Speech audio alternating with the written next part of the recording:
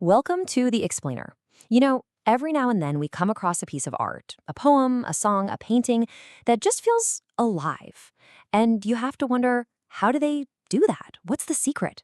Well, today we're diving deep into that very question, and we're going to find the answer in the incredible wisdom of the great poet Rabindranath Tagore. This was the exact question a young writer named Arjun asked Tagore. He was looking for a formula, a set of rules for genius. And let's be honest, it's a question we've all probably asked, right? You stand in front of something amazing and just think, how? So here's how we're going to break this down. We'll start with Arjun's quest. Then we'll unpack Tagore's four incredible laws of what he called deep science.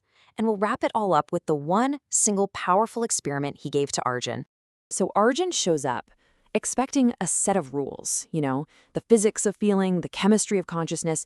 He wanted a blueprint, but instead, he finds Tagore just calmly watching a spider weave its web.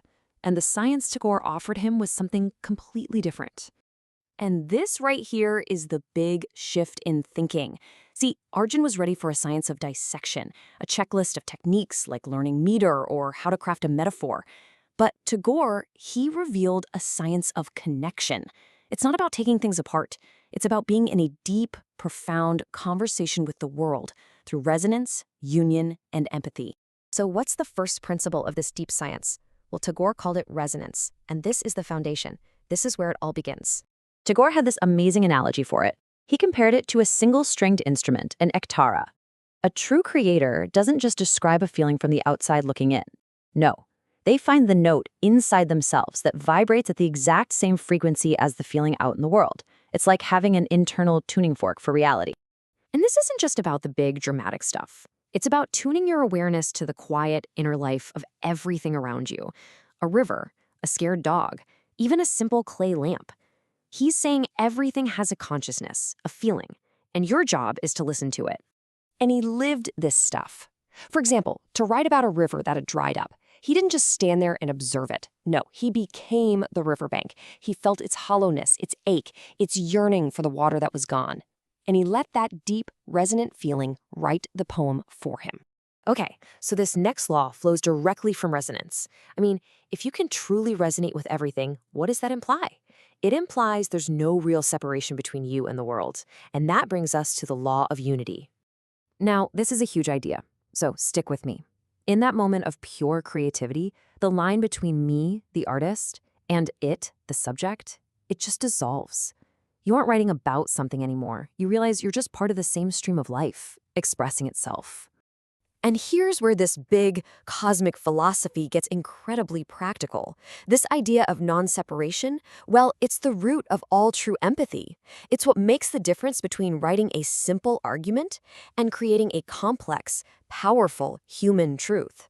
You can really see the difference in the final piece of work. A pamphlet takes sides. It creates an us versus them, a subject versus object dynamic.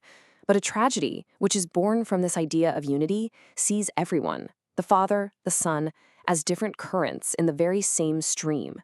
And that creates true empathy. So if we want to get to this state of resonance and unity, what's the biggest thing standing in our way? Well, according to Tagore, it's our own mind. And this leads us to the third law, creative emptiness. Tagore had this great image for the mind. He called it a busy crow, just constantly cawing with its opinions, its judgments, its own agenda. So the science here is actually subtractive. It's not about learning more, it's about getting that crow to be quiet. You have to empty the space so something new, something true can actually enter. Wow, what a beautiful way to say it. The goal isn't to stand back and analyze the flower. The goal is to become a totally pure, receptive vessel and just let the flower's experience, its color, its fragility, flow right through you. You just have to get out of the way. To really capture a child's sense of wonder, he knew he couldn't just remember it. He had to actually unbecome the adult. He had to empty out all his wisdom, his cynicism, his whole Rabindranath-ness to create a void where that original wonder could rush back in and fill him up. And finally, we get to the most visible of the laws. After you've connected, unified, and become receptive, then comes expression. And for Tagore, all real, authentic expression is about one thing: rhythm. Okay, so this is a crucial point. When he says rhythm, he doesn't just mean the meter in a poem or the beat in a song. It's so much bigger than that. It's about tapping into the fundamental pulse of life itself, the natural energy that an emotion or an idea already has. This idea just turns the whole concept of structure completely on its head. You don't take an idea and try to force it into a pre-made box or a structure you already know. No, you listen. You listen carefully for the idea's own energy, and you let it create its own perfect organic shape. And this rhythm, it's everywhere. I mean, think about it. It's in the beating of your heart, the cycle of the seasons, the natural rise and fall of a story's plot, even in the history of civilizations. The artist's job is just to sense these patterns and bring them to light. And this is where it all comes together. After explaining all 4 laws, Tagore basically handed Arjun a single dewdrop on a leaf, and he said, this is it. This wasn't another lesson. This was the experiment, the only one that truly mattered. And in that moment, Arjun finally got it. The deep science wasn't some list of external rules you apply. It was an internal state of being you have to cultivate. The real laboratory isn't out there in the world. It's right here, in your heart.